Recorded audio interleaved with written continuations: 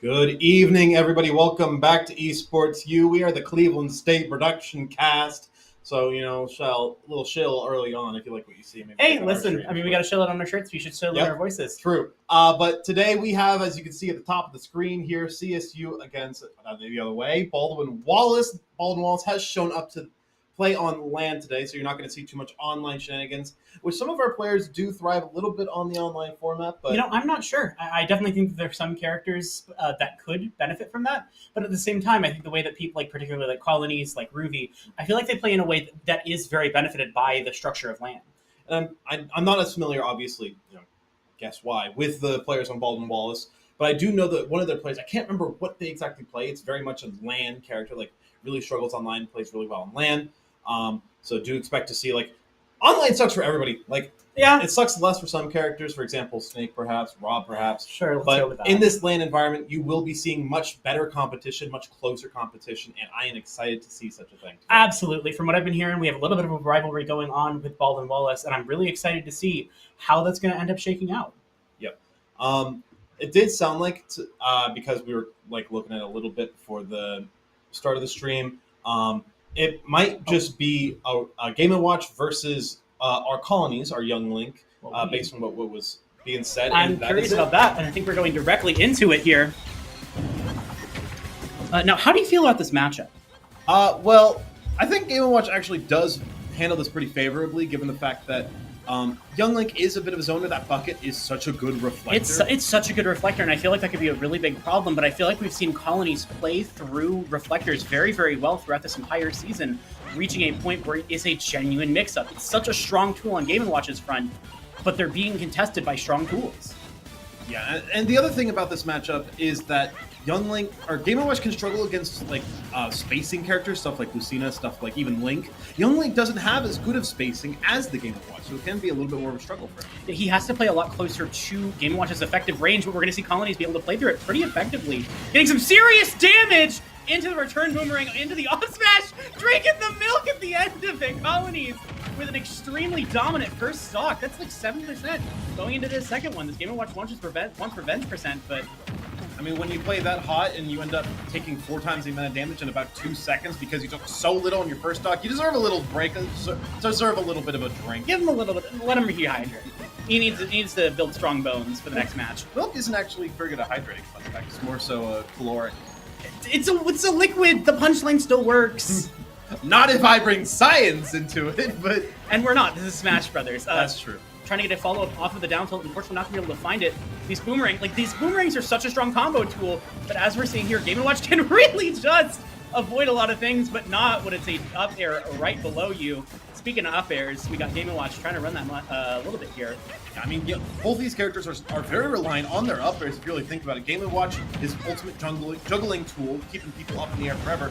And for Young Link, it's a pivotal kill confirm to get into up air as soon as possible. And the way Colonies is playing right now, it's looking like he might be able to take 3 without dropping 1, which would be a huge lead for Cleveland State. I'm terrified to mention anything like that in the booth. However, I'm looking at this, and it's not looking very good for this Game & Watch. They're going to have to play, or I think that's their username, Yari Yari. Don't want to say that one. But we're going to see attempted damage from this Game & Watch. That uppy really is such a killer. It's one of the best, if not the best, defensive options in the game, but that's a full bucket. Colonies has to be careful here. Forward tilt trying to kill here. Nice pivot cancel on that F tilt. It's not as easy as it looks sometimes. It's not the hardest tech, but it's something nice. Uppy goes past the ledge, doesn't find a kill confirm off that bomb, comes out looking for a stray hit, and the down air will take. But it's not going to kill! Oh my goodness! The player can't blocked it for us. Oh my goodness. Yeah? I thought he died for sure. He's at 148. This child I'm in the same boat. I don't know how. Child ain't heavy. I don't know how that happened. Apparently, you can't kill children in the middle of TV. I mean, paper does not kill children. You heard it here first. He's not paper. He's some sort of LCD. That might be a forward throw. Forward throw is so surprisingly strong. Dangerous. Back to that ledge trap situation. There's the bomb. Gonna be able to find it, but it's getting the forward throw again. The secret is if you hit something once, you're probably gonna be able to hit it again. Yeah, the thing with Young Link, on the ledge, one of the things that makes him so scary is that when his kill confirms from projectiles stop working, the bomb, the boomerang, when they stop working, then forward throw suddenly starts killing. We saw it right there. That is a perfect example of something that happens when you're just playing against a young Link. Yeah. It just eventually... It's like as much as he loses that consistency as the percent gets higher and higher and higher, he does still have those raw available kill options, like the forward throw, like the fair, like down tilt into whatever you want to do. Yeah. And I think that it was really, really dominant, especially in that last situation. Now, this is going to be Baldwin Wallace going into their second character with 3 stocks still on colonies, if I remember that correctly. Yep. Almost died to, I think it was like a fair or something, or I don't remember exactly what it was, but it was a relatively decent hit. It went cross stage. It was incredibly far, but colonies able to DI and survive it. Who do you think Baldwin Wallace, if they have every character in the Assuming every character in the game. I mean, it's so hard to think every time like what beats young Link, because we often do see like colony starts first or second, and when he comes in, I'm always like, he's going to beat whoever he's playing. He used to be like PR in Ohio. Absolutely. It's hard to really imagine. Like, I would say possibly you're looking at like a Lucina, some sort of longer range sortie. Min. You could see like a Pyra or a Pithra. The problem with that, I think, is that I do think they get a little bit zoned out easier. Although Pyra with the side B, obviously, just chucking out a frisbee that is on fire. It's the neutral button. I think the one thing, like, it's always hard to counterpick against a character like Young Link, because in a lot of ways, he's not really a counterpickable character. He's a mid-range fighter. If you are a character who really wants to be up close and personal and box with your opponent, you're going to be in a really bad situation, because he can just jump back, he can throw his boomerangs, he can shoot his arrows, and he's going to get insane amounts of value off of it, because those are also combo tools. Yeah. But if you want to play that longer range game, he's so capable of just taking a step back and just keeping at it. I mean, Young Link, it's just a jack of all trades. He's in a similar boat to Mario, except like he doesn't have Mario, if his specials comboed into literally everything in the book. Yeah, it's a bit of a trade-off there when you think about it. Like, as much as Smash 4 was the kill off the top game, and I can't believe I'm referencing Smash 4 in 2024, but in Ultimate, killing off the top is still like really strong. The best like way to kill generally, unless you can hit like an offstage spike, Pyra Ivysaur, for example. Like killing off the top is most reliable, and Mario just simply having up air compared to Young Link having better spacing, better special moves, better combos. All right. Like, it's such a struggle to really match up to just a single good up air versus all those good projectiles. But it sounds like I was saying a sortie is what you might want to bring in. Sora in that boat. I honestly think Sora's in a very interesting position, and I'm interested to see how this ends up going. I think that his tools are not poorly, but I'm not sure what he's like. He's going to box out. Like, he has the larger hitboxes, he has the better disjoints. But at the same time, like, I feel like Colonies could be able to take a step back and just play the boomerang game and confirm off of it. Yeah, the only thing with that, though, is nukes. As good as anything Young Link can do, Sora has Nair loops and can just deal 32% with 2 very safe options.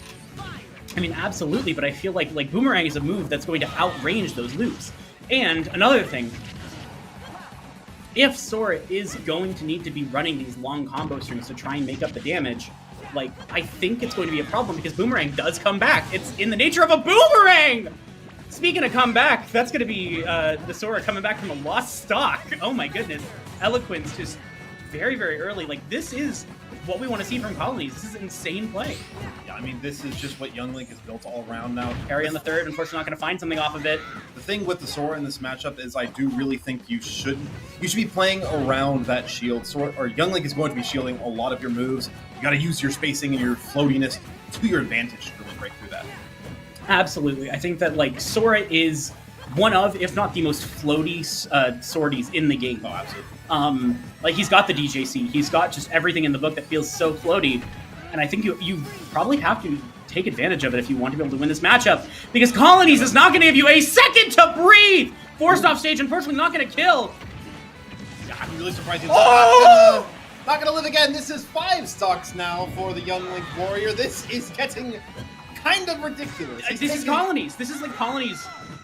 What else? That's finally going to be the first kill after 5 stocks. Colonies showing who's the hero of time here. but unfortunately going to have to go up against this final stock. Eloquence needs to find a way to beat Colonies here, or Baldwin Wallace is going to be in some real hot water.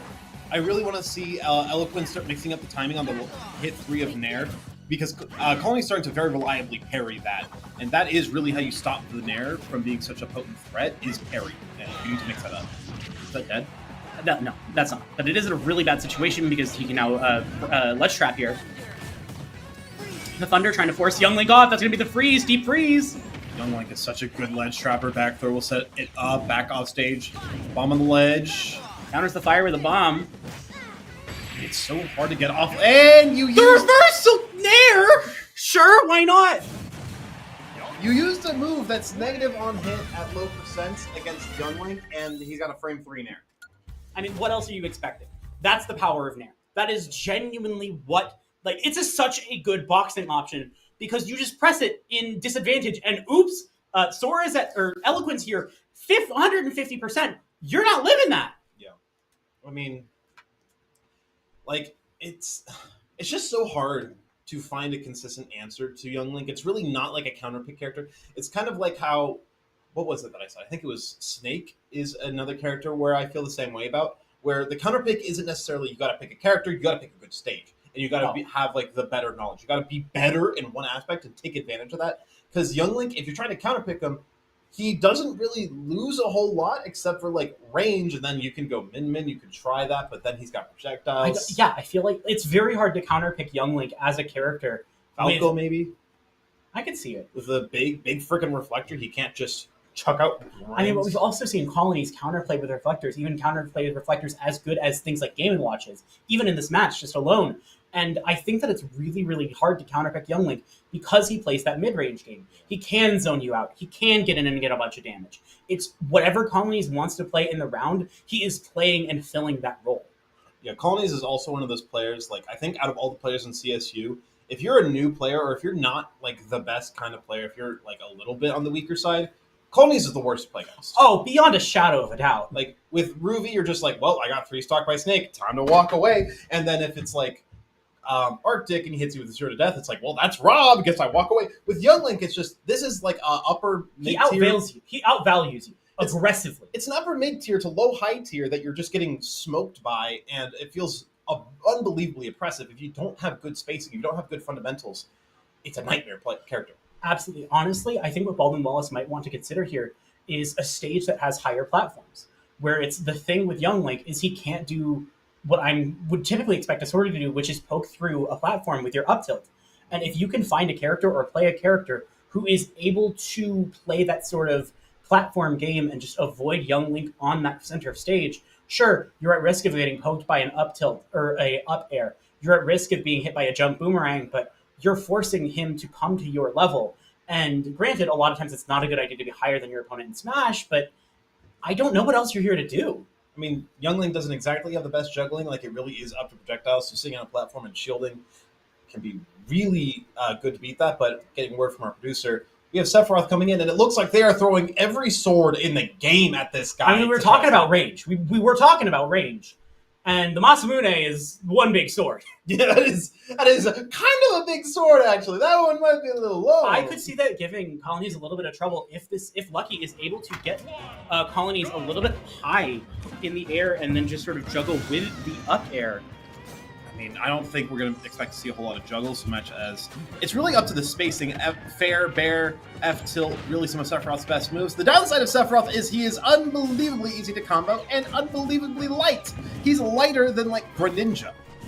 He's lighter than Young Link. He's, oh my god, like, that's incredibly light. Alongside that, I think his fastest move is like frame 7, which is not great on defense. I think Nair is frame 6, but it's somewhere around there, but it's no frame 4. One Winged Angel popping in, but it might be a little bit too late. Forced onto the platform, or onto the ledge, correction. I see the platform next to the ledge on Kalos, and I don't know what to say. Slight misinput, yeah. I mean, this is also another thing. You don't go Kalos against Young Link. I think it's a really bad stage choice. I think that's a little bit dangerous, but I think being able to jump onto the platform to avoid these ledge traps might be very, very valuable. Like, I think that it gives value, but at the same time, I can understand why they're going for it. And I hope we don't sound too biased. I don't want to sound biased today. I like it when I have an unbiased cast, but Colonies is just kind of smoking the guy and a fair reading, a jump. Yeah, like, Colonies is a genuinely insane player, and Baldwin Wallace has to find a way to pierce through this. He is just such a strong player. Again, used to be PR in Northeast Ohio. Tries to go for a boomerang a little bit too early. He still feels like he is zoning out Sephiroth of all characters. Which feels like it should, it doesn't make sense on paper, but when you think about these options, and alongside that, the value that these options give, I think that it makes a lot of sense.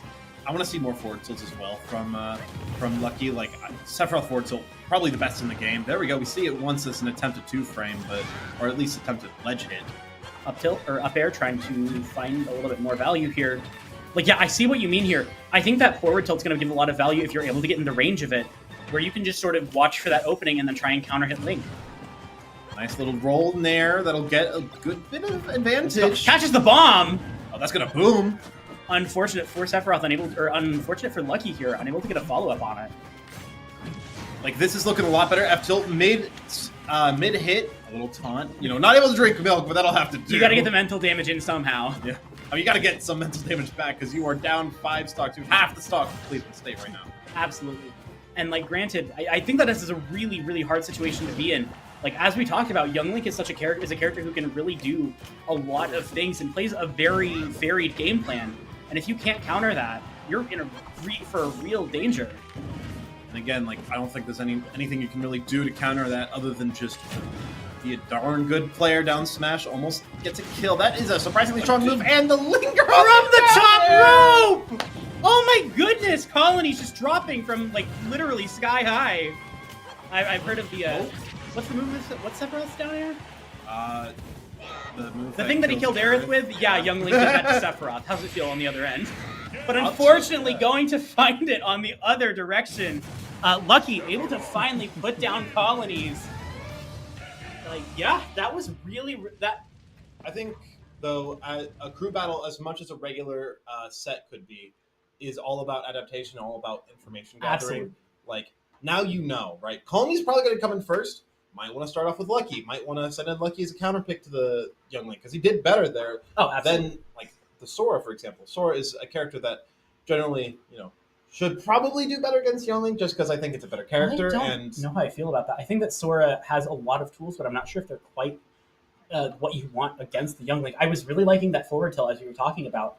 The ability to try and stuff out these projectiles before they come out, I think is such a huge part of what you need to do to stop Young Link. Yeah, at the same time, though, as good as Sephiroth F tilt is, and it is probably the best forward tilt in the game, I would say most people would probably agree that Sora probably has the best nair in the game. At least a lot of people, I think, would. I would definitely say that Sora has the best nair in the game, partially because of nair loops, partially because of its insane safety on shield. Heard from the producer something I did not expect to see, but we're seeing Dreamless come in. Victor here, he's pulling out not the pig, but the fox. I'm in love. Listen. You know where I come from. You know I'm a melee player. Yeah. I see the golden boy, and I get excited. Listen, I'm allowed to be passionate. This is a better matchup, I would say, than, for example, Brawler against Sephiroth, just because Fox is faster, and just because... Oh, I'm sorry. Don't worry about it. Fox is a little bit better at running in. He can kind of make that progress a little bit better. He's playing a very close range game, which I feel like once you're in on Sephiroth, it's very hard for him to get you off. Sephiroth kind of has that thing where his matchups are good against characters who aren't fast enough to get in, but bad against characters who are. And Brawler versus Fox kind of breaks that gap. Yeah, I feel like Sephiroth... I think you wrapped that up very succinctly, and I don't know how to follow up on that, but we're seeing... I'm liking this Fox here. It's been... we're seeing Dreamless play a very bait and punish game, waiting for the Sephiroth to do something, but unfortunately that's going to be a hit. Never mind a second! Yeah, that's... up air is so good if you get a good read. I think that the Fox is not the pick here. I think maybe if he could have been on the I'm going to be honest. On the Brawler. I don't think it's the pick for the Sephiroth, but I think that's an amazing pick for whoever's coming in next. Maybe, but at the same time, you're not going to have to deal with Sora at the very least, so you do have that knowledge, and Fox versus Sora, not a matchup I love. Up air's going to kill, and I'm feeling nostalgic. The McCloud flip. Listen, Yo. It's the classic. It kills. It slices. It dices. It does whatever you want in the combo. Love the McCloud flip. At the same time, though, I feel like I'm talking down a little bit on what Victor Dreamless just did there. He did do his job. like mathematically, he did his part there. He took one stock, he lost one stock. It did look a little bit hairy. Like if it was a 3 stock to 3 stock, I don't think he's taking 3 there, but he did his job. I don't know if I'm confident saying anything about the 3 stock because I feel like that's such a different environment. You're different in mental, you're different in adaptation, and like granted, I think that it could go either way, but I still think I'd favor Dreamless, but I'm biased because Yeah, whatever that says. wonder what that says. But we're going to see Baldwin Wallace going down to their final couple of stocks here. Yeah, only 3 more, only 1 more player. I think out of anything, if there's one character I don't want to see as Fox, it's somebody who has picked up Fox to try to main him for the past year. It didn't really work out. I think I'm just going to switch to Ike. Funny low tiers turn out to be better for me than the technical high tiers. So, never touching melee, for example. Maybe pick a funny high tier. I'm not playing Game & Watch. You can't make me. I said funny. Hey, that's as funny as high tiers get in this game. You have Peach and Fox, who are kind of cool. Sure, let's go. And then you have Rob, who is the surprise spinning, death killing robot, and then the other lame high tiers. At least Game & Watch has 9. Steve. That's not funny. Steve is incredibly funny. Okay, Imagine Steve showing up as Minecraft Steve that, and being though. the most broken character in the game. I'm also not playing Minecraft Steve in You hate fun. What do you think Baldwin Wallace is going to have to send in? I mean, as I was about to say, the problem is you kind of used your best matchup into Fox, which was the Sora. Like, that is probably what I would say, like, is your best chance against a Fox. Like, maybe if you have an Aegis in your back pocket, that's a little bit better. No bias. Ike does have a relatively decent Fox matchup. He can struggle a little bit to make it work, but we're going to see a particular solid character coming in. No, that is not Solid Snake. We're going to see Tactics coming in on Snake. I am a little bit afraid of that. I think that Snake is a character who I've talked about very extensively for obvious reasons, but he's a character who presidents almost everything he does with the grenade throw. So the thing is, I don't know what the heck is going on out there, but Hearing a little bit of pop-off from the outside. one thing that I have to tell you about me, a little bit of Time Monster lore. Out of all the times I've ever played Ruben, you want to know the one time I beat him? On your Fox? On my Fox. When I first started picking up Fox, that was when it was the easiest to get through grenades, just because he has that speed to really run through that zoning. So I actually think this is a perfectly fine matchup here if you're Dreamless. I think that it could go either way. I feel like it depends on how the Snake plays. Yeah, I mean, Because I think if you just hold a grenade and wait like that and wait for these trades, you do have a weight advantage on Fox. You do have a lot of options to play against it. I think you just have to be willing to take a hit and then trade. yeah, that is the thing as well. Like Snake is one of the top 20 heaviest characters in this game. Fox is bottom 10. So if you get frame 1 grenade, like trades with that, you're gonna kill the Fox then. Yeah, you have to play the attrition game here if you are Tactics. Like, I don't think you can run offense. I don't think you can even zone. Like, Fox is way too fast for that. I feel like you genuinely have to play permission. Let's play for Tactics. Tactics has to come up with some crazy tactics in order to take Dreamless down. Up smash, I'm feeling nostalgic once more. That almost killed. That just shows how strong that move is as well. Nice grab. I mean, a lot of shielding has been coming out here from Tactics, so it's not the hardest thing to read. I mean, it's a lot of shielding, but I feel like you have to shield a decent amount in this matchup. Cloud flip. Cloud flip. But, like, I also think that it's very hard to approach here. As the Snake, like, you have to come up with a good idea, and you have to get Dreamless to get in on you while you have a grenade, and while you're in a situation you can get advantage from. Yeah, I mean, could go for some more spot dodges, some more rolls, I suppose, to try to beat that out. That is a dead Snake. Didn't have C4 ready and got the Cypher hit. I think Dreamless actually specifically hit the Cypher and not the Snake there. So Baldwin Wallace are now on their last stock, and Cleveland State have 8 times the mental. I feel like I've seen the situation before, but on the other end of it. But it's definitely very scary for Baldwin Wallace. Like, Snake is I think that a Snake, as much as he can absolutely make a comeback, in this matchup with how you have to play it, I think that the comeback's a little bit hard.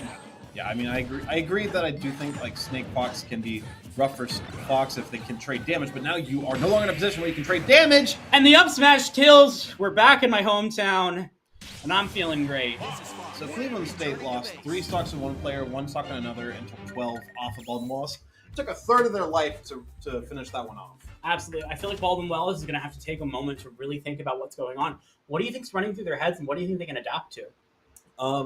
I think really the part that they are probably kicking themselves the most for is not putting in Sephiroth versus the Young Link. That clearly showed itself as a very simple and positive matchup for them. Meanwhile, you kind of want to keep that Sora just in case we see the Fox again. I doubt Dreamless will pull out the Fox again. As much as it did look great today, and as much as it is one of his better secondaries, he does have a lot. I do expect him to probably not pick it now that they know there is a Sora as a threat. But if Cleveland State are able to maintain a lead, maintain some sort of advantage as it goes along, then I do think that they are favored. I agree with that. I think that Baldwin Wallace definitely has the work cut out for them, but I don't think it's impossible. I think that they could really put some work in, really examine what's going on, because I feel like a lot of what CSU is doing is mechanically countered by some of Baldwin Wallace's characters. Exactly. Like we're talking about. That Young Link into the Sephiroth, that Fox into the Sora.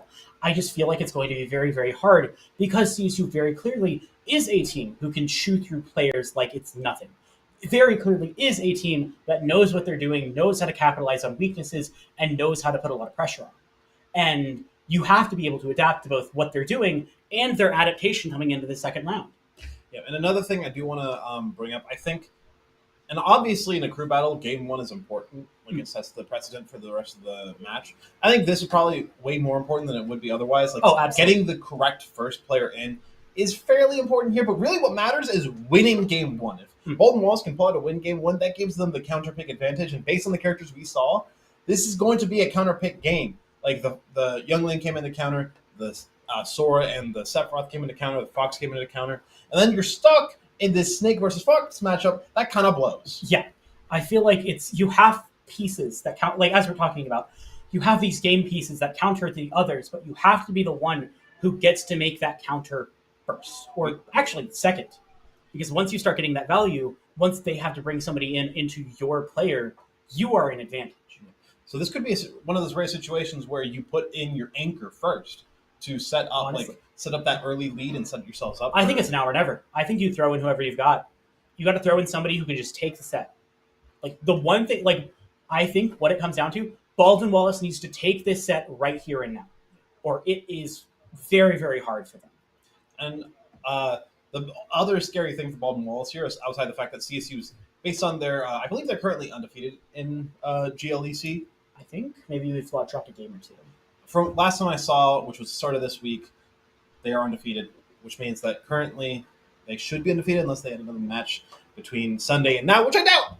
But besides that, this is obviously a very strong team. Cleveland State is obviously a team that is setting themselves up for a top three, a podium finish, maybe even higher once GLEC land rolls around.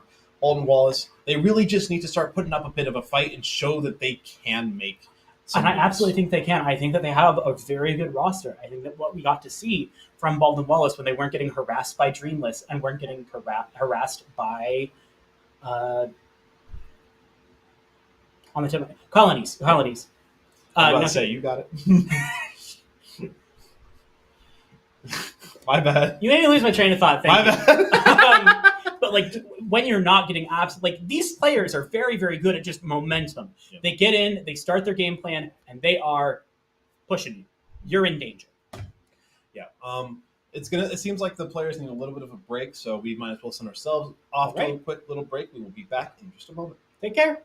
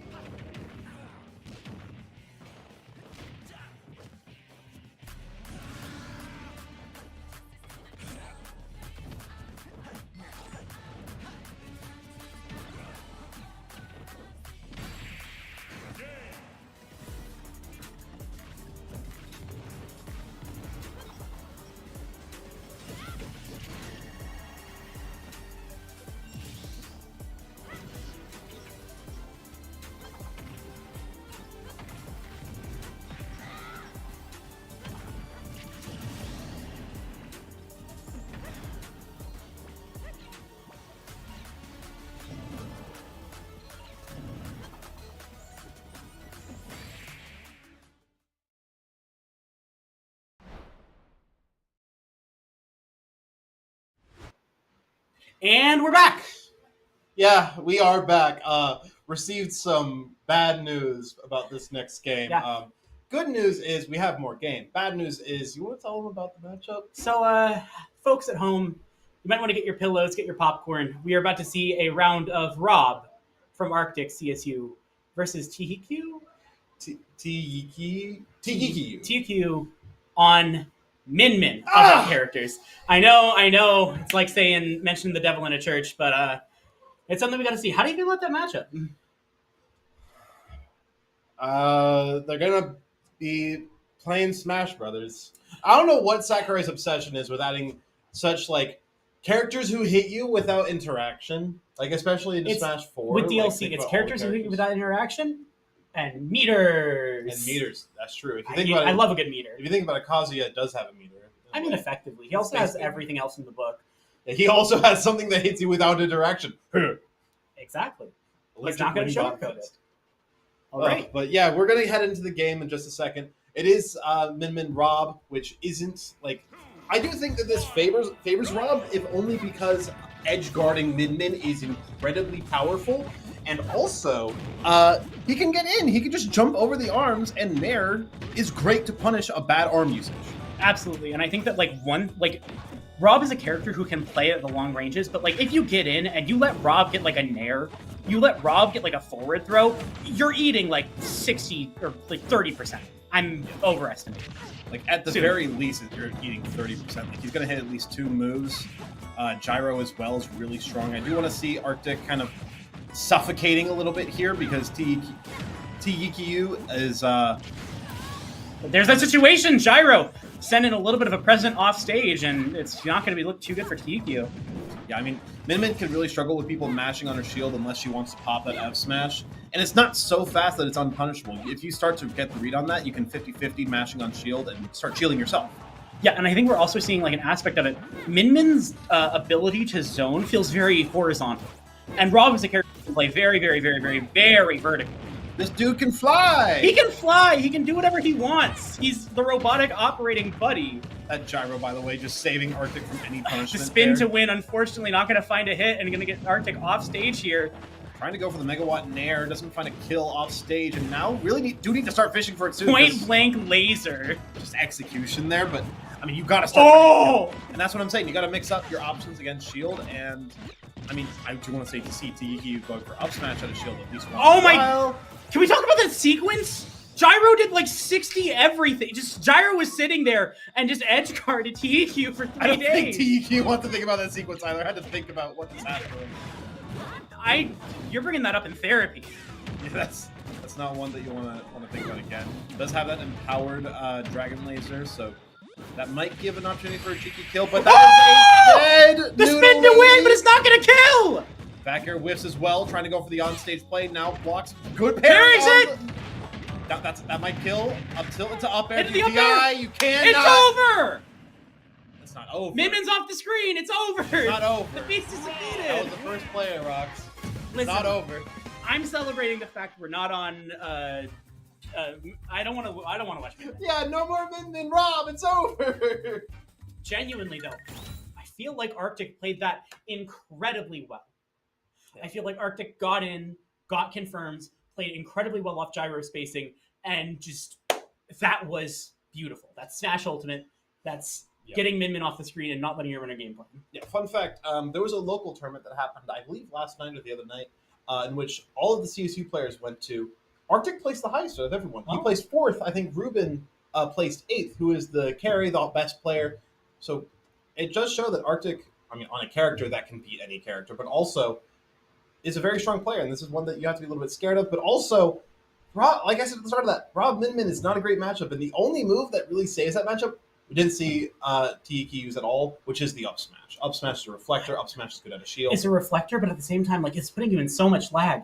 And with a character like it's enough lag. Like if Rob wants to do things with like gyro and approaches you, and you try and kick the gyro out of the way, you're eating a forward. You're eating a combo. You're eating whatever Rob wants to do. You can still do it against the big laser. You can still do it against ranged gyros, which we didn't see at all. Can still do it out of shield. Didn't see it at all out of shield. It's a frame 6 out of shield option that kills at like 120. And it's a reflector, and it covers like 5 miles above her. You know, tell this character was DLC. Yeah, that's not a special move. It's not a non-special move. That is a reflector, frame 6 out of shield. You know, we call these moves normals, but I don't think that one is. That's an abnormal move. That's an abnormal move. That is abnormal. The fact that Min Min has that move is abnormal. Needs to be checked out for that one. And if she somehow comes back for Smash 6, which, low-key, I do kind of hope that she does come back for Smash 6. I do think that she provides a unique matchup. Hurtbox on the arms and tone down that up smash. You know, just don't put Min Min in the game. How about that idea? Hurtbox on the arms. Like, that doesn't down B. I don't want to watch Min Min go across the other side of the screen and just punch. If the arms are bad, but the non-arms moves are good. So you're playing an arms character with no arms. Well, I mean, yeah. Is that so bad? Yes, I'd rather just not have Min Min in the game. It's a good point. We should add we should add what is it? The chorus brothers? Choruses? Yeah, sure. I mean, honestly, I'm entirely biased. I love the puppet characters in Smash. I love Icy's Bring Back Wobbling. No. Yes, put it in Ultimate. I love wobbling. I love wobbling. Wait, sorry. Forgot about the thumb movement. I don't think this joke works the way you think it is. Wobbling is not very fun or interactive. I like the new kind of zero to death stuff that Icy's does a lot more anyways. Eloquence will be coming in, by the way, from Baldwin Wallace. Got a little bit distracted there. Sora, right? I believe it's a Sephiroth. It's a Sephiroth. It is the Sora. I was right, as always. Kidding. That's a joke. He's usually the right one. Rarely. Either neither of us are right, or I'm right 90% of the time. Usually. How do you feel about Sora Rob? This is much better. This is way better for Baldwin Wallace. I do expect them to be able to take 2 stocks, if not 3 here. Sora loves big bodies that he can just nuke for free, and this is one of those big bodies. Sora, Rob is a combo food character, and if you can get those Nair loops going, I'm pretty sure you're in a lot of danger. Although, we're also going to see Sora on his home stage. Yeah, so this might be a little bit worse for him, but still, Nair loops are very input strict. Not so much against a big character like Rob, and that's what really matters. Yeah, Rob is combo food in this matchup, and I think you have to be very, very aware of that. I mean, they are all still very difficult on input, so do take that with a grain of salt. Well, yeah, but we are in land here, so I'm expecting to see it a little bit more. The follow-up, trying to get those Nair loops started. Ended off with a fair, I do believe, as well, which has a better horizontal angle. Tries to go for the up B off stage to get a cheeky kill, but you're not the one who spins off stage. Hate to break it to you. Still trying to follow up. Thunder going to come out, but only one of the bars are going to come down. This is just showing how much of a worse matchup it is for Rob, especially because he can't edge guard Sora nearly as well as he can edge guard Min Min, for example. It's really a little bit scary for Arctic here, having to try and find situations where you can gyro and where you can use the options that beat out what Sora has in the way. That's going to be the spin. You were talking about who gets the spin off stage, and unfortunately, it's going to be Eloquence. Unfortunately, you're still a little bit biased, I do believe. Of course I am, but Eloquence, you're playing real good here. Yeah, this I got to be scared of you. This is looking like what I would expect from a player to be playing. Eloquence just got a bad matchup, it seems, because this good matchup is really paying off. It's Nair trying to follow up with a deep freeze. Unfortunately, not going to find it. Firaga, back air. The laser will almost stop him from grabbing the gyro. Still will. Taking it away from Rob is really one step in the battle. I like the attempt to through the stage spike, but unfortunately not going to find anything. I think he mostly just misspaced it was the problem there. Tries to go for a fair off stage and get him at a bit of disadvantage. I saw that and I was expecting a spin. Wonder if a spin would have worked. Going above the spells here. Unfortunately, not going to be able to punish the down or the up smash, down smash. One of the two. Down smash. Thank you. Back throw sends off stage. Has the gyro in hand, but the laser will cover the recovery. That should just barely not kill at 90 as well. Up B doesn't connect. Final hit doesn't connect. Very, very low. Arctic trying to run a bit of a mix-up here. Getting back to the stage, onto the ledge here. Arctic is getting saved by the failure of the multi-hits. Up air will find the stock. Good jump read. Failure of the multi-hits into the success of the multi-hits, but the up air finally being able to find a kill on Eloquence here. Trying to get some damage in. That's the problem with Rob. Even if you take 1 stock away from him, he could just take 2 in a heartbeat, which might be what we see. The Nair and the spin! Even the spin to win! Dude, Rob, I just hate Rob. I'll be an unbiased commentator. I'll be that. No, guy. I'm loving it. I love the spin. I love the spin to win. You love that spin? I can deal with that spin. So how is he alive? I mean, You know, I wish that was a normal move because in Kingdom Hearts you can't kill anybody without a finisher, but that would have been one. But so my joke is null and void. However, Rob putting some serious Arctic putting some serious damage on Eloquence here, poking through the platform. Eloquence really needs to start finding his way in and finding ways to combo this guy because it has not been working well. Even a parry onto Nair, which is the way you should be able to counter it, does nothing for him. It was such a late hit too. Like, trying to follow it up, not gonna be able to find it. That does give you some information though. Not a mash on that one. Might try to go for the mash on the next. Might go for the up air perhaps. Trying to get the counter on Blazer, not quite gonna find it. One good the parry. Hit. One good hit can set up for a kill from either of these players. That doesn't look like it'll be it. This Hollow Bastion center platform, really hard to find a kill on it for Sora. Stops those Nair into up smash combos. Starting the combo here, and that is might be the end of Arctic. Being able to find that combo and get a finisher to follow or to finish off Arctic here. His friends are his power, and we're about to see some of CSU's friends. Who do you think we bring in here? I do think Colonies probably going to be. If not Colonies, then well, the problem is I say Colonies, but Young Link versus Sora is not like the best match. We saw him make it work, but I don't think it's really the kind of matchup you want to go. I mean, who do you bring in aside from that? Like, I could. Well, I mean, even if you do bring in Colonies and it works, you're inviting in that Sephiroth, you're inviting in the counterpick war. You still have the advantage in the anchor, but I think this could be a Michael, an MJB. You know what? I would love to see the MJB. Honestly, I think MJB, really good play.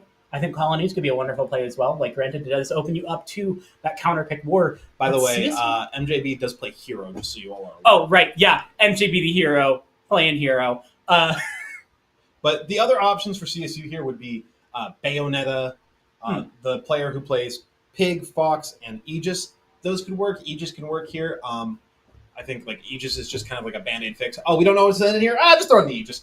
And then you got when in doubt, throw it out. When in doubt, you throw it out. You also got a hero. You got the Young Link that you already saw, and you have the anchor, the solution to all problems, the universal solvent, the weapon to beat Metal Gear, Ruby the Snake. Honestly, I'd like to see Chimkus here. I wouldn't mind the Bayonetta. See, I disagree. I don't think that's a good matchup. Like, no. Sora feels like he really bullies Bayonetta. She's not very heavy, so she's very big. She's one of those characters where it's easy to combo her as much as she can combo others, and we're not even going to need to worry about that because they are done with this. They want to send Baldwin Wallace packing as soon as possible. Ruby is coming in. Yeah, no, that's the nuclear option. That is the weapon. I said it before. I'll say it again. The weapon to beat Metal Gear. Ruby, our very own Snake player now. Very, very big. Power ranked in Northeast Ohio without going to any tournaments, by the way. And I mean, I believe it for more than I will believe it any day of the week. Ruby is a threat to behold, and I'm excited to get to commentate here. Even if it's a little bit of Snake gameplay, I feel like we always see Ruby on Wi-Fi, and I've always felt like he's been a little bit held back by it. A little bit. He is one of those players, as much as Snake can really benefit from online, he is one of those players that tends to complain a little bit, like online is really not where I thrive as a player. So I am excited to see him play on an Atlanta environment. And I mean, Sora against Snake, I said that Bayonetta is not very heavy, but she is very big. Snake is quite large, but he is very much so heavy. If Sora tries anything that isn't frame perfect, grenades are coming out and will stop the combo. Yeah, you have to true combo Snake, and I'm not sure how many things Sora has that are true outside of maybe nukes. Nukes, even I don't think are quite frame perfect. I think there's a 1 frame discrepancy there. And like 1 frame is enough for Snake to pull a grenade and ruin your day. The other thing is Sora can really space around Snake. Snake obviously pulls the grenades behind him, as you see there. And Sora can kind of space around that by hitting the front of Snake more lively than some characters, and possibly can blow up grenades without actually getting hit by them at times if you're able to space really well. I think that it's definitely, like, we're seeing a lot of that. We're seeing Eloquence be able to handle Ruby pretty well. But at the same time, I feel like Ruby is a persistence hunter. He's always been a player who has been able to find options just from maybe a little bit of passive play, get a mistake from the opponent, and just open them up heavily. I mean, Nikita into dash attack, it's not something you see comboing every day, but I mean, if it works, it works. Their grenade will hit another hit. Ruby is still down in percent, but Sora past early percent, especially against Snake, it's going to be really hard to find really anything. Honestly, I don't think percent matters too much as Snake, where it's like he is a character who takes a lot of percent, and he's an incredibly heavy character. So a lot of the time, Snake's like 141. This is livable. This is a situation where you can still do a lot of grenade trading. I mean, out of all the characters in the game, I do think Sora is one of those characters that can kind of bypass that up B, up air, up smash, down smash, noops into one of those smash attacks. He's definitely got a lot of value, but at the same time, he has to be able to find those. And I think Ruby's going to be very, very apparent, or very, very aware of the fact that those are going to be major for him. Now it's just a zoning war. Eloquence really cannot afford to drop this stock. Like, I mean, for obvious reasons, if he's able to take one that's nice, there we go. He'll take his one. And now he's just got to start camping. At this point... Oh! I shouldn't have spoken. The C4? I really shouldn't have spoken. Ruby just has the C4. I swear Ruby just spawns it in sometimes. I swear he's got like a developer console.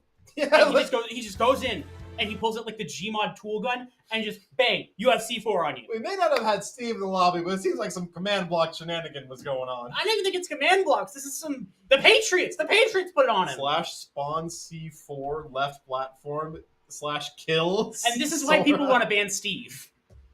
Yeah, if Steve couldn't use command blocks, I think he'd actually be a pretty balanced character. But Who do you think Baldwin Wallace has to bring in here? Because it's not a good place to be. It's really not. You do only have to take 2 stocks off You of him. only have to take 2, but they're both rubies. They are rubies. You did show just now that there's clearly... Yeah, absolutely. It's clearly Ruby is possible. not unkillable. Just very, very, very, very, very hard to kill. All that for a drop of blood. All that for a drop of blood. But I think out of all your options here, possibly Sephiroth, you could just throw that in. You could go in with a Snake Mirror, because I do think you might want to save that stuff. The problem is I don't like either. Like, they'd have to have something that we haven't seen yet. Because I don't like the Sephiroths in this Snake. I feel like you get outzoned. And I really don't think, as much as you have a stock advantage, I've seen Snake versus Snake against Ruby. It doesn't end well. And it's not very fun either. We'll see the Game & Watch be coming in here. I think out of the options, that's probably the best. That Bucket's very powerful. He's got the option of just up B out of the situation. I think that it's definitely the best out of what they have, but I'm definitely still a little bit scared. I mean, Game & Watch versus Snake, like, Game & Watch can absolutely set off those grenades fairly often. I don't think a lot of his combos aren't truly frame perfect. They can be interrupted by grenades if he's not really on top of his combos. But for Ruby, I think your main concern here is just keeping him out, getting your grenades around yada yada, and getting them out in a way that, like, if he can avoid the bucket, that's what really matters. Yeah, and I feel like if there's anybody who can, like, I think Ruby understands how to play around Bucket. Okay, I'm sorry. Just random F smash into dash attack and neutral, not your best play there, Ruby. No, he's cooking. Let him cook. Yeah, let my man's cook. We let my man's cook right now? Shaq places C4 down. The pressure is on Ruby here to kind of get in as well. I do think you're that's at the important. stock advantage. You need to be the one. You can't let this Game & Watch stall you out. No, that's not in the game. No. Ruby earned that one. That was what the F smash at the beginning was for. It was a sacrifice. A soul for a soul. A soul. Miss an F smash to hit an F smash. An F smash for an F smash. It was a binding vow, folks.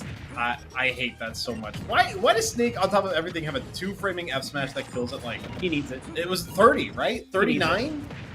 I mean, to be fair, it's Game & Watch, and it was charged. Yeah, but like you do have time to charge it. You know how laggy that move is. Not especially so. It's not like a Mii Brawler F smash, for example. Maybe not, but that doesn't make it fast.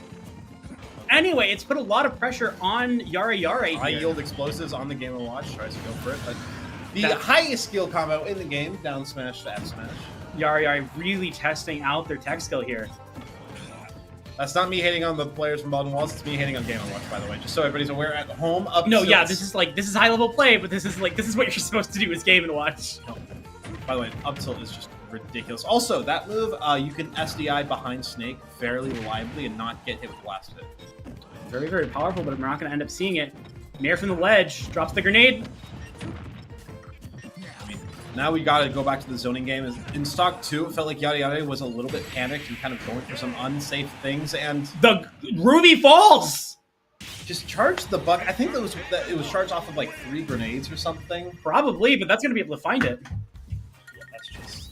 Definitely major for Baldwin Wallace, showing a little bit that they aren't quite down and out yet. Yeah, only a 3-stock deficit, like 4-7 might look bad, but compared to Game 1, this is extremely winnable. You saw earlier 5-10 was where we were sitting, and Colonies was able to push that lead even further. Now, though, CSU still does have Colonies available. We can see also, obviously, Aegis Game & Watch, not a good matchup for Game & Watch by any means. Aegis Game & Watch not very good. I think Colonies is incredibly good at the Game & Watch Yink matchup.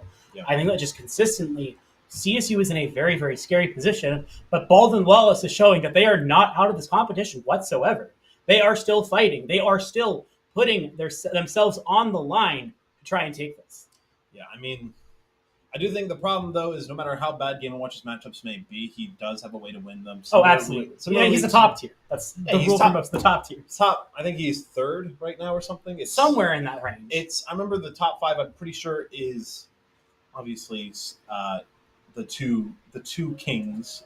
The two, one is a block, one is a ball. Then you have, I think it's Game & Watch at 3rd, Snake at 4, and Aegis at 5, I remember correctly, on the Luminosity official power rankings. Not power rankings, official tier list. Took a second to remember what that word is called, but like especially like edge guarding, Aegis is really good, believe it or not. A character with bad recovery from up to edge guarding. Definitely a little bit scary. I could look. I'm interested to see what CSU brings in here, but I think there are a lot of options that. I don't think they can hear the producer, by the way. I don't think they can. I end up reacting to it. You're just like things from the production. You're just talking about something. Then sorry. No, you're good. You're good. I'm talking about good. production. We're going to see Chimpus in this next one. How do you feel about Bayo Game & Watch? I think is the only miss that CSU could have had here is sending in Bayonetta against Game & Watch. Like Game & Watch really thrives on, like, granted Bayonetta has a frame 1 air dodge, but at the same time, like Game & Watch, the fact that Nair is so good and the fact that Game & Watch can combo Bayonetta is so like he's hard. got the like. I think that like the situation is dangerous where like if they're able to get an opening, this is 1 stock to 3, and at the same time, Chimpus feels like he's going to be able to get a very decent opening. And I don't think it's that bad. I don't know. I think that out of all your players available, Chimpus is the most counterpickable, most counterable by Sephiroth as well. And I think it's the character you're most likely to drop a stock here. Like, as much as Chimpus is a great player, obviously, I think that Bayo is more likely to lose a random stock to like down smash, F smash than Young Link. Maybe, but at the same time, she's going to be airborne a lot of the time. Yeah, but still, there's like up smash, for example, would kill at like 100. Yeah, sure. But like, I feel like you're catastrophizing a bit.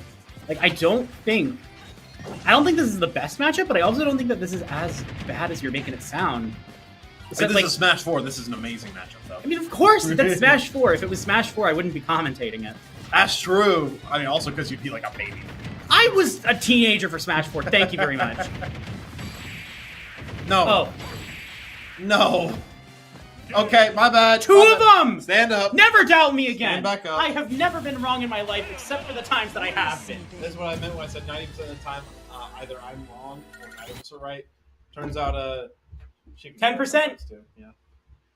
I mean, I thought it wouldn't work. I really didn't think that it would be good. But I mean, honestly, I wonder if that's what Chimpus was thinking. I mean, Whereas, yeah. like, Game & Watch is such a light character. If you can get in that situation consistently, and I feel like Chimpus is a player who can get in that situation consistently, you're done. What are you doing as the Game & Watch there? Dying with 2 separate spikes. Yeah, sparks. Now your last player has to take down 2 CSU players. Has to be like you already know that you're playing against Bayo, and again, I think that Sephiroth Bayo should be reasonably good for Sephiroth, but at the same time, Bayonetta obviously has a way to kill at like 0. Yeah. Like it's not again. How do I? If I had a nickel for every time I brought up Smash 4 in this stream, I would have 3 nickels because I'm about to do it again. Is there something you're not telling us? I'm just thinking about Bayonetta. Like Bayonetta was on my screen. What do you want from it? It's like if I saw Meta Knight, I bring up Brawl a couple of times. You saw Fox, you were like, oh, Meta. Yeah, the difference is I'm mentioning a good game, and you're mentioning Smash 4. Well, besides that, we are going to see the Sephiroth. Honestly, I think that there is an aspect where it is a little bit scary. Sephiroth is a character who can box you out very aggressively, but also I don't know what Sephiroth does once Bayonetta gets on him. Nair, air dodge, down B. Frame 6, frame whatever the air dodge is. I think it's like 3. Like, okay, cool. Like, that's a universal option. I don't think Sephiroth has a lot of tools to deal with Bayonetta. SDI as well, but SDI isn't like great against Bayonetta. Like, outside of the fact that just relying on breaking your controller to stop a combo is not a great option. Yeah. But at the same time, like this isn't that bad of a matchup. I think that really, if you are lucky here, you're not worried about this is bad because if Bayonetta gets in on cooked, You're it's thinking, good. I got to keep Bayonetta out. It's good because Bayonetta won't get in. Yeah. Although I think that there's a little bit of inevitability with Yeah, Chimpus. Bayonetta got in. Yeah, exactly. This is scary. These openings are just major, allowing Chimpus to get an immediate lead here, trying to follow it up. But I love Chimpus's movement. I love how he's able to, like, even if it ends up whiffing, is able to get into an advantageous situation off of it. I mean, like 0% taken so far. Chimpus absolutely is the kind of player where if he gets good reads, he really starts to feast a little bit. If you let Chimpus breathe, you're in for a lot of danger! But if you also let him just do an S smash into your shield, that's really scary for Chimpus. However, Sephiroth off stage, 113. Yeah, Lucky's got to get lucky here. Now we're seeing the problem with Bayonetta, though. Like, yes, it's nice, but at the same time, you give Sephiroth one wing for him. Like, give him don't one wing? have kills. You have to kill with jab, you have to kill with a random smash attack, you have to kill with something lucky. Ironic. But, I mean, okay, this is real. Yeah, that's what you're looking for. And I think that, like, that kind of jab confirmer we'll probably see again in this match. Like, the problem with Bayonetta is that it's very hard to kill with it. And with a character who gets so much value off of being high health or high damage, Sephiroth definitely makes it a little bit painful for Chimpus here. Or, sorry, I'm used to calling the other person by their character. Lucky you're playing a mad Sephiroth here. Like, yes, Bayonetta has amazing early percent combos, can really lead into a lot of things, especially, like against a character like Sephiroth who's this big, but you have to kill off of that for it to really work. You have to get the kill, but, like... yeah, you have to get the kill. I'm trying to find the silver lining here, but we're going to see this Chimpus get onto the stage, not able to find a follow-up. That within surviving here. Yeah, the Octa Slash is actually really laggy if he lands on stage, so do want to see that one be punished by Chimpus. Will fall to the dash attack. Not a move you see kill very often, but that is quite a solid move, all things considered.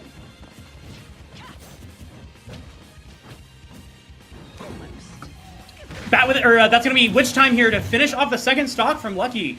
Very, very scary here. Like, you are in a bad position. Like, that's the truth of the matter. The better way to look at this is in your whole, but a full CSU player better position than you were last game. I mean, absolutely. They've absolutely adapted and been able to play very, very hard. They took down Groovy, which is huge. Oh, another Witch Time. I get those two mixed up. Witch Time on the side beat.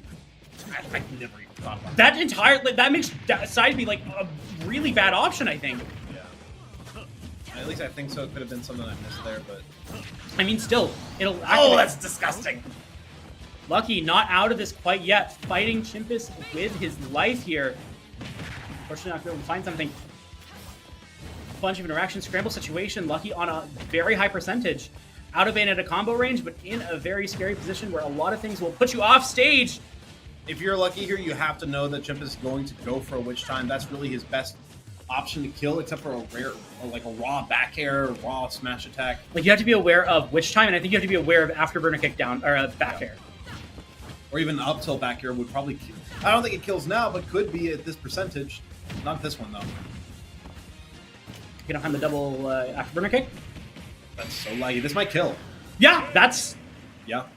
Ouch. And that is going to be Baldwin Wallace versus CSU, with CSU able to take it, but Baldwin Wallace making a lot of progress against them. I'm excited to see how these teams go forward.